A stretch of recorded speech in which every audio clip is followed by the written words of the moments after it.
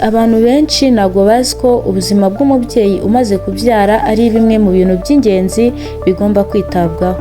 Ntabwo twakwirengagiza ko hari ababyeyi bamaze kubyara babona ibimenyetso bishobora kuba byashyira ubuzima bwabo mu kaga bitewe n'uko ubwabo babona ibyo bintu batabisobanukiwe cyangwa se bataragize amahirwe yo kuba babibwirwa cyangwa se kuba bamenya amakuru yerekeye kuri ibyo bintu.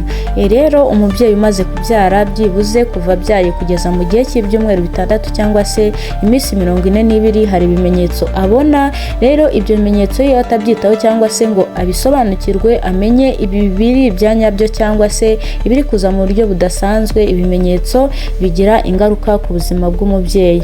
Rero ikaze ku rubuga rwanyu kandi rwacu Olivier, aho uyu munsi tujya kurebera hamwe ibintu 2 by'ingenzi umubyeyi yitaho iyo amaze kubyara cyangwa se umugore umaze kubyara agomba kwitaho kandi agomba kumenya. Rero tubahaye ikaze. Nk'uko rero abenshi tumaze kumenyera ko mental health cyangwa se ubuzima bwo mu mutwe cyane cyane ku mubyeyi umaze kubyara bugomba kuba bwiza kugira ngo abashe kwita ku mwana yabyaye ndetse nawe yiyiteho kugira ngo agaruke muri bwa buzima busanzwe cyangwa se yiyakire kandi yakire n'umwana yabyaye, bimufashe kumwitaho ndetse bimufashe no gukira neza agaruke mu buzima busanzwe. Rero umubyeyi iyo abonye ibimenyetso akenshi atarahawe amakuru cyangwa se ukabona n'ubwembera bibonye, akenshi arabyitiranya ugasanga bihungabanyije ubuzima bwe bwo mu mutwe, kandi rwose ibingibi bituma atita ku mwana ndetse nawe ubwe ntiyiteho kuko aba yumva ari ibintu bidasanzwe. Rero mu bintu 2 by'ingenzi tugiye kurebera hamwe muri iki kiganiro, ikintu cya mbere cy'ingenzi tugiye kurebera hamwe ni icyo twakita rokia cyangwa se ibisanza. Nk'uko abantu benshi babyita, tubyita amazina atandukanye ariko usanga imvugo ikunda gukoreshwa ari ibisanza. Rero ibi bisanza cyangwa se rokia ni ibintu bisa n'amaraso ndetse n'ibindi bisigazwa biva muri nyababyeyi igihe umubyeyi amaze kubyara cyangwa se muri kino gihe twita postpartum period cyangwa se postnatal period. Rero ibi bintu bisa n'amaraso biza bivanze n'ibindi bisigazwa byavuye muri nyababyeyi ni ikimenyetso kiba kigaragaza ko umubiri w'umugore cyangwa se nyababyeyi muri yanda ibyara hatangiye kwiyegeranya hisubiza mu buzima busanzwe. Rero iyo hakurura hiyegeranya bya bintu byose biba byasigaye igihe umubyeyi amaze kubyara byasigaye mu nda ndetse n'amaraso bitewe n'uko kwiyegeranya kwa nyababyeyi, ibi ngibi bituma ya maraso asohoka ndetse akazana na bya bisigazwa. Rero babyeyi cyangwa se mwebwe muzi ababyeyi babyaye, igihe mubasuye mu gihe bamaze kubyara ni byiza ko ubimuganirizaho. Byashoboka ko nta mahirwe aba yabonye igihe amaze kubyara, urugero muganga aramubyaje ariko nta mwanya afite kugira ngo abimusobanurire, ukabona nta mahirwe yabonye yo kuba yabimenya. Rero wowe ukurikiye Olivier, ni byiza ko igihe usuye umubyeyi umaze kubyara wajya ubimubaza, wowe wagize amahirwe yo kubimenya watarabimenye ukaba wabimusobanurira.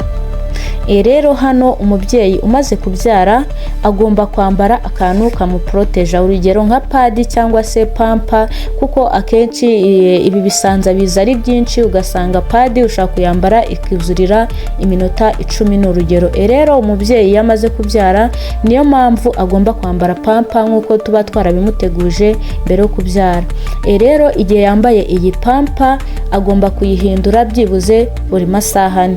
Tumaze kubimenyera ko kuko iyo dutinze guhindura iyi myenda tuba twambaye iduproteja bitwongerera amahirwe yo kuba twakandura ama infection bitewe n'uko ya mikorobe yagumyemo igihe kinini nituyakuremo.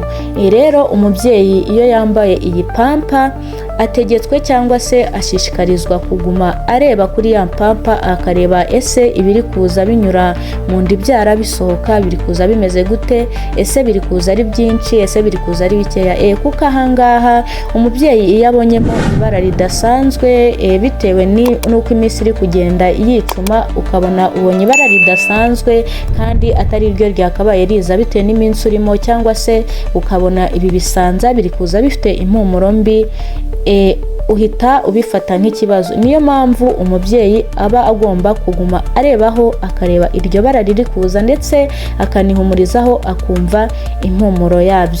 Rero reka twigane dusobanukirwe izi rokia, turebe uko ziba zimeze, kuko nk'uko twabonye ziza kuva umuntu akimara kubyara cyangwa se from day 1 tukagera kuri 6 weeks.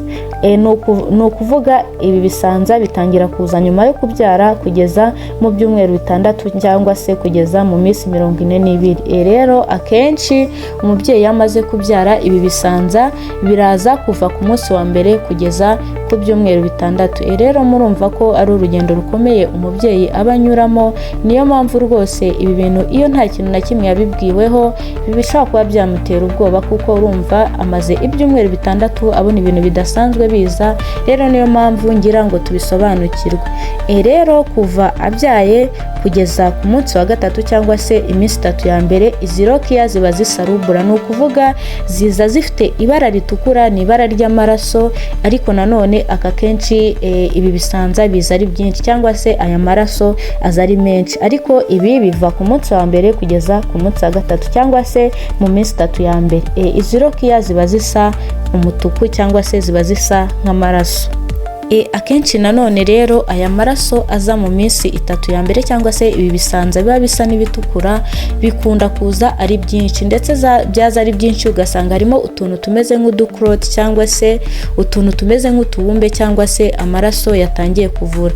Ariko akenshi ibi mu busanzwe utu dukrot cyangwa se utu tubumbe tugomba kuba ari duto. Rero igihe urebye ukabona utu tubumbe turi kuza mu maraso turi kuza ari tunini, aba ari ikibazo. Niyo mpamvu ugomba kugana kwa muganga.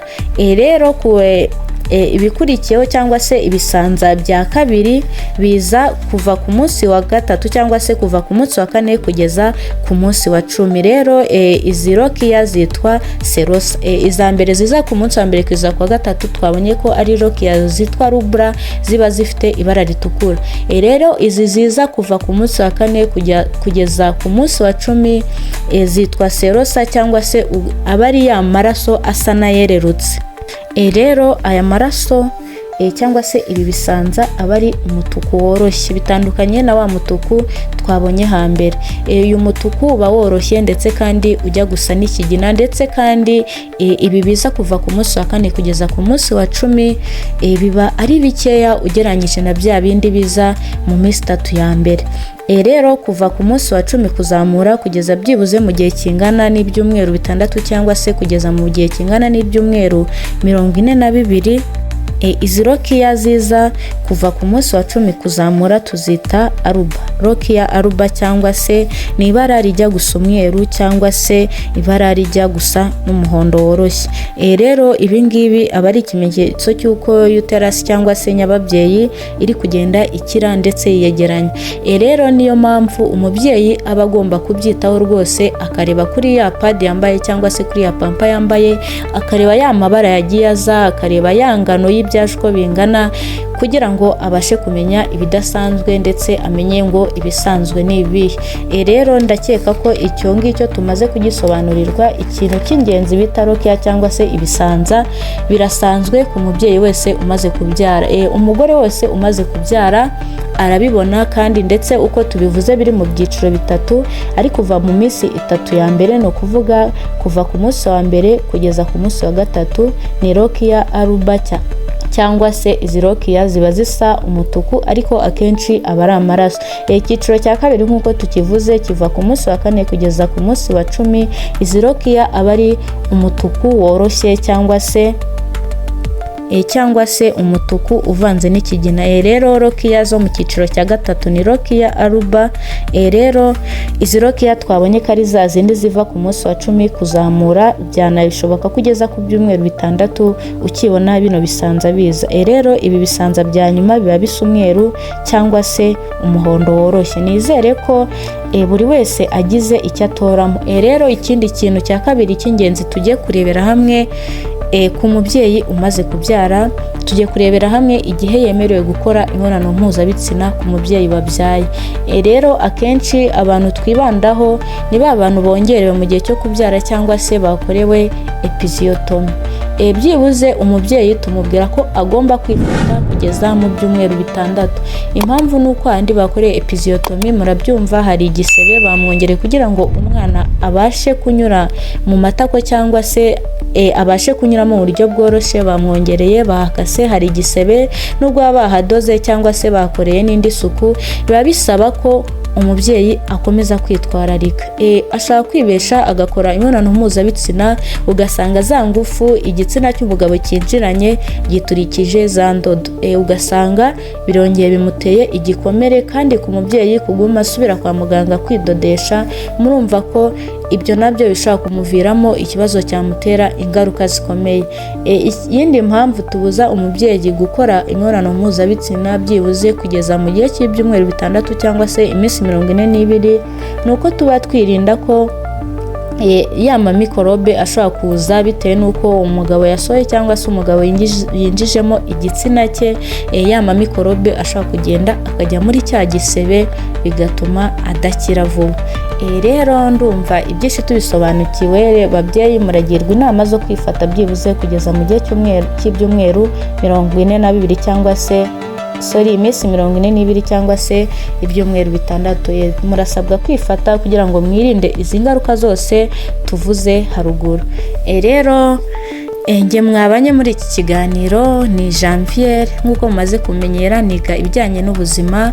Mujye mukomeza kubana natwe, tubagezaho ibiganiro bitandukanye, ariko cyane cyane twigisha ubuzima bw'ababyeyi. Ni ukuvuga mu gihe umubyeyi atwite, mu gihe umubyeyi yitegura kubyara, ndetse no mu gihe cy'umubyeyi amaze kubyara cyangwa se icyo twakwita postpartum period, kuko n'iki gihe umubyeyi amaze kubyara iyo atitaye ku bintu by'ingenzi ubuzima bwe bujya mu kaga. Rero ni byiza ko abantu mudukurikira mwajya mwibuka gukora like. Urugero, dusohoye ikiganiro ugomba kugikunda, kuko iyo ugikunze n'abandi barushaho kubona ibyo biganiro. Rero niba nabwo ari ubwa mbere udukurikiye, nakugira inama yo gukanda ku kazogera kugira ngo uko dusohoye ibiganiro byacu bijye bikugeraho ako kanya. Rero murakoze, mukomeze kugira ubuzima bwiza.